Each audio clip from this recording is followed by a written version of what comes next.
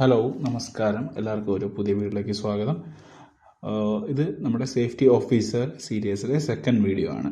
നമ്മൾ ഫസ്റ്റ് വീഡിയോയിൽ ഓൾറെഡി പറഞ്ഞു കഴിഞ്ഞിരുന്നു സേഫ്റ്റി ഓഫീസറിൻ്റെ റോൾസ് ആൻഡ് റിക്വയർമെൻറ്റ്. അപ്പോൾ അത് കാണാത്തവരുണ്ടെങ്കിൽ അത് ഒന്ന് വീഡിയോ വാച്ച് ചെയ്തിട്ട് വരേണ്ടതാണ്. അത് ഞാനിവിടെ ഐ ബട്ടണിൽ അത് കൊടുക്കുന്നതാണ്. അപ്പോൾ നമുക്ക് സ്റ്റാർട്ട് ചെയ്യാം.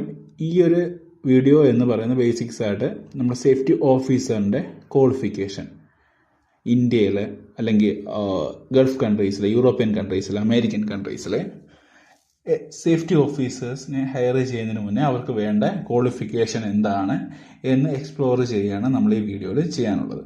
പക്ഷേ സേഫ്റ്റി ഓഫീസർ എപ്പോഴും ഒരു ക്വാളിഫൈഡ് പേഴ്സൺ ആയിരിക്കണം, ട്രെയിൻഡ് പേഴ്സൺ ആയിരിക്കണം. നമ്മൾ ഓൾറെഡി അത് മറ്റേ വീഡിയോയിൽ ഡിസ്കസ് ചെയ്ത് കഴിഞ്ഞു. എങ്കിൽ മാത്രമേ അവർക്കൊരു സേഫ്റ്റി കൾച്ചർ നമ്മുടെ സൈഡിൽ അല്ലെങ്കിൽ ഇൻഡസ്ട്രിയൽ ഏരിയയിൽ അല്ലെങ്കിൽ പ്രൊഡക്ഷൻ സെക്ടറിൽ ഇംപ്ലിമെൻറ്റ് ചെയ്യാൻ പറ്റുള്ളൂ. അപ്പോൾ അവർക്ക് വേണ്ട ബേസിക് ക്വാളിഫിക്കേഷൻ എന്താണെന്നാണ് നമ്മൾ ഓരോരോ കൺട്രി വൈസ് എന്ന് വെച്ചാൽ region wise, India, Gulf countries, European countries, American countries, ആ ഒരു രീതിയിൽ നമ്മൾ പറഞ്ഞു പോകുന്നതാണ്. കാരണം നമ്മുടെ കൂടുതൽ സേഫ്റ്റി ഓഫീസേഴ്സ് വർക്ക് ചെയ്യുന്നത് ഈ ഒരു ഏരിയയിലാണ്.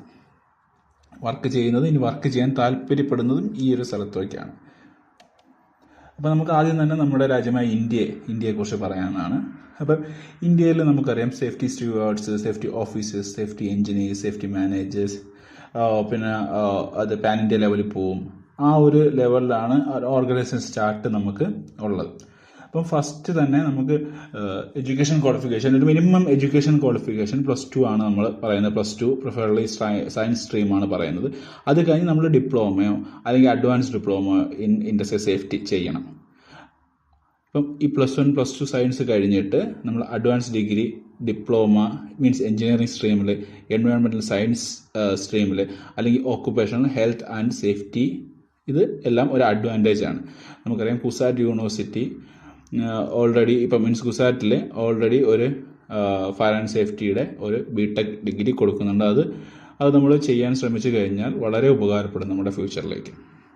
അത് കഴിഞ്ഞിട്ട് നെക്സ്റ്റ് വരുന്ന ഒരു സർട്ടിഫിക്കേഷനാണ് ADIS, advance diploma in industrial safety.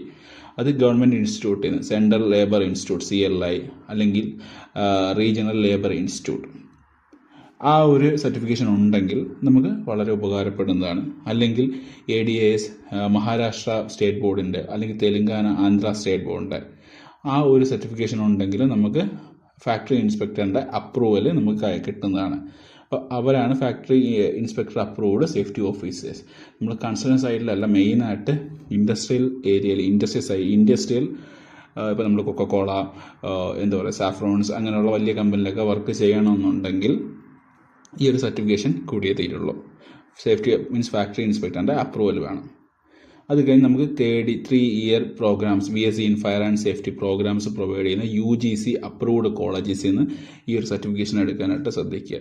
കാരണം ഒരുപാട് ഫേക്ക് സർട്ടിഫിക്കേഷൻ ഇപ്പോൾ നമ്മുടെ ഇന്ത്യയിൽ ഇറങ്ങുന്നുണ്ട്. മീൻസ് എക്സാം പോലും എഴുതാതെ കൊടുക്കുന്ന സർട്ടിഫിക്കേഷൻസ് ഉണ്ട്. അപ്പോൾ അതൊന്നും ഫോളോ ചെയ്യാതെ പ്രോപ്പറായിട്ട് നമുക്ക് നമ്മുടെ എഡ്യൂക്കേഷൻ ബാക്ക്ഗ്രൗണ്ട് ഊട്ടിയുറപ്പിക്കാനായിട്ട് നോക്കുക. ഞാൻ പറഞ്ഞു കഴിഞ്ഞു, BTech in fire and safety Gujarat യൂണിവേഴ്സിറ്റിയിലെ AICTE അപ്രൂവ്ഡ് ഇൻസ്റ്റിറ്റ്യൂട്ടാണ്. അവിടുന്ന് ആ ഒരു കോഴ്സ് പ്രൊവൈഡ് ചെയ്യുന്നുണ്ട്. ഇതാണ് ഇന്ത്യയിലേക്ക് വേണ്ട സർട്ടിഫിക്കേഷൻസും കാര്യങ്ങളൊക്കെ. പിന്നെ നമ്മൾ ഗൾഫ് കൺട്രീസിലേക്ക് വരികയാണെങ്കിൽ മെയിനായിട്ട് ഇപ്പം ഗൾഫ് കൺട്രീസ് ഒരു ബാച്ചിലർ ഡിഗ്രി അവർ ബേസിക്സ് ആയിട്ട് വെക്കുന്നുണ്ട്. ഒരു എഞ്ചിനീയറിംഗ് ഡിഗ്രി ആയാലും കുഴപ്പമില്ല, അതൊരു സേഫ്റ്റി ഡിഗ്രി ആയാലും കുഴപ്പമില്ല. അത് കഴിഞ്ഞിട്ട് മാക്സിമം അവർ നോക്കുന്നത് നെബോഷാണ്. NEBOSH international general certification IGC 3 ആണ്, അപ് ടു IGC 3 ആണ് അവർ നോക്കുന്നത്. പിന്നെ കുറച്ചും കൂടി അഡ്വാൻസ് ഹയർ പൊസിഷൻസ് ഉള്ളത് level 6 NEBOSH international diploma IDIP, അതും അവർ മീൻസ് കുറച്ചും കൂടി ഹയർ പൊസിഷനിലേക്ക്, മാനേജർ പൊസിഷനിലേക്ക് അവർ ചൂസ് ചെയ്യുന്നുണ്ട്. പിന്നെ ഇപ്പോൾ കൂടുതൽ ജോലി അവസരങ്ങൾ, ഇപ്പോൾ സൗദി അറേബ്യയിൽ ഒത്തിരി ജോലി അവസരങ്ങൾ വരുന്നുണ്ട്. അപ്പം ആ ഒരു സൗദി അറേബ്യയിൽ നോക്കുന്നതും നെബോഷ് IGC തന്നെയാണ്. മീൻസ് നമുക്കൊരു ഡിഗ്രി വേണം, അത് കഴിഞ്ഞിട്ട് NEBOSH IGC. Moving to next slide. ഇത് യൂറോപ്യൻ കൺട്രീസിലേക്കാണ്. അപ്പം യൂറോപ്യൻ കൺട്രീസിലേക്കും ബേസിക്സ് ആയിട്ട് അവർ ആദ്യമേ ഒരു ബാച്ചിലർ ഡിഗ്രി ബാക്ക്ഗ്രൗണ്ടാണ് അവർ ഉദ്ദേശിക്കുന്നത്. അത് കഴിഞ്ഞിട്ട് നെബോഷ് ഇൻ്റർനാഷണൽ ജനറൽ സർട്ടിഫിക്കേഷൻ അല്ലെങ്കിൽ IOSH മാനേജിങ് സേഫ്റ്റി സർട്ടിഫിക്കേഷൻ അവർ പ്രിഫർ ചെയ്യുന്നുണ്ട്. പിന്നെ ISO 45001 ലീഡ് ഓഡിറ്റർ കോഴ്സസ്, അത് നമ്മൾ ഇന്ത്യയിലായാലും ഗൾഫ് കൺട്രീസിലായാലും യൂറോപ്യൻ കൺട്രീസിലായിരിക്കും. ഇതൊരു ആഡഡ് അഡ്വാൻറ്റേജ് ആണ്. 45,000 ലീഡ് ഓഡിറ്റർ കോഴ്സ്. അപ്പോൾ നമുക്ക് ലീഡ് ഓഡിറ്റർ ആവാൻ പറ്റും. അപ്പോൾ അതൊക്കെ എങ്ങനെയാണ് ചെയ്യുന്നത്, മീൻസ് ഈ കോഴ്സൊക്കെ എങ്ങനെയാണ് ചെയ്യുന്നത് എന്നുള്ളത് നമ്മൾ വരുന്ന സമയത്ത് ഇനി വീഡിയോ ഇടുന്നതായിരിക്കും. നമുക്ക് RLA എങ്ങനെ അഡ്മിഷൻ കിട്ടും, CLA എങ്ങനെ അഡ്മിഷൻ കിട്ടും, ഈ ISO 45001 സിലബസ് എന്താണ്, നെബോഷിൻ്റെ കാര്യങ്ങൾ നമുക്ക് കമ്മിങ് സെക്ഷനിൽ നമ്മളൊരു വീഡിയോ ഇടുന്നതാണ്. ഇതാണ് യൂറോപ്യൻ കൺട്രീസിലെ ക്വാളിഫിക്കേഷൻ. നിങ്ങൾക്ക് ഇത് മനസ്സിലായെന്ന് വിചാരിക്കുന്നു. എല്ലാവരും സ്ലൈഡിലൂടെ ഡീറ്റെയിൽ ആയിട്ടൊന്ന് പോവുക. അതിനുവേണ്ടിയാണ് സ്ലൈഡ് ഇത്രയും നേരം നമ്മൾ സ്ക്രീനിൽ ഹോൾഡ് ചെയ്ത് വെച്ചിരിക്കുന്നത്.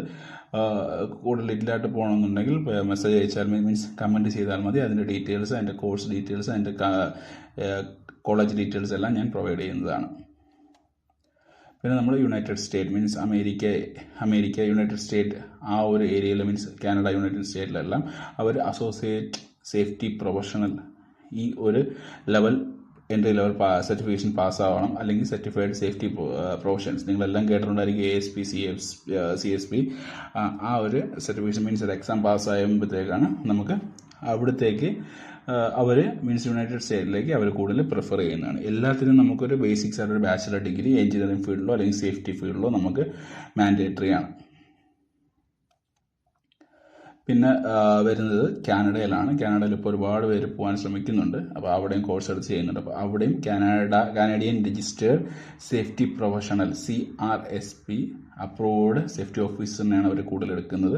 പിന്നെ അവിടെ പ്രൊഫഷണൽ എക്സ്പീരിയൻസ് അവർ മിനിമം 48 months അവർ സേഫ്റ്റി റോൾസിന് വേണ്ടി എക്സ്പെക്ട് ചെയ്യുന്നുണ്ട്. പിന്നെ IELTS, നമ്മൾ IELTS ഇംഗ്ലീഷ് കൺട്രിയിലേക്ക് പോകണമെങ്കിൽ IELTS നമ്മൾ മിനിമം ഒരു 7 എങ്കിലും score, reading, writing, listening, speaking അതിനകത്തുള്ള ഓവറോൾ 7 സ്കോർ നമ്മൾ എടുക്കേണ്ടതാണ്.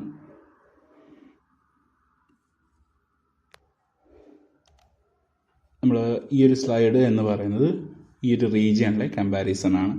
അപ്പോൾ ഫസ്റ്റ് കോളത്തിലെ റീജിയനാണ് India, Gulf countries, European, USA, Canada.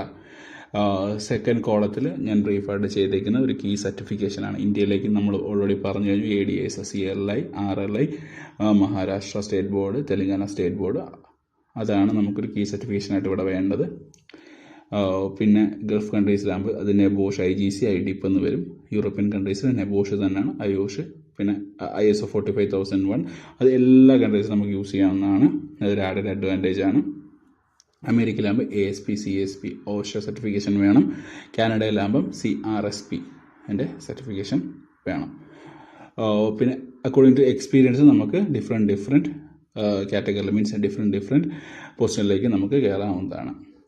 അപ്പം ഞാനിപ്പോൾ അടുത്തൊരു വീഡിയോ ഡിഫറെൻറ്റ് പൊസിഷനിൽ ഈ ഒരു റീജിയണിൽ എന്തായിരിക്കും ഒരു ആവറേജ് സാലറി എന്നൊരു വീഡിയോയും കൂടെ ഞാൻ ആഡ് ചെയ്ത് ഇടുന്നതാണ്. നെക്സ്റ്റ് വീഡിയോ അതായിരിക്കും.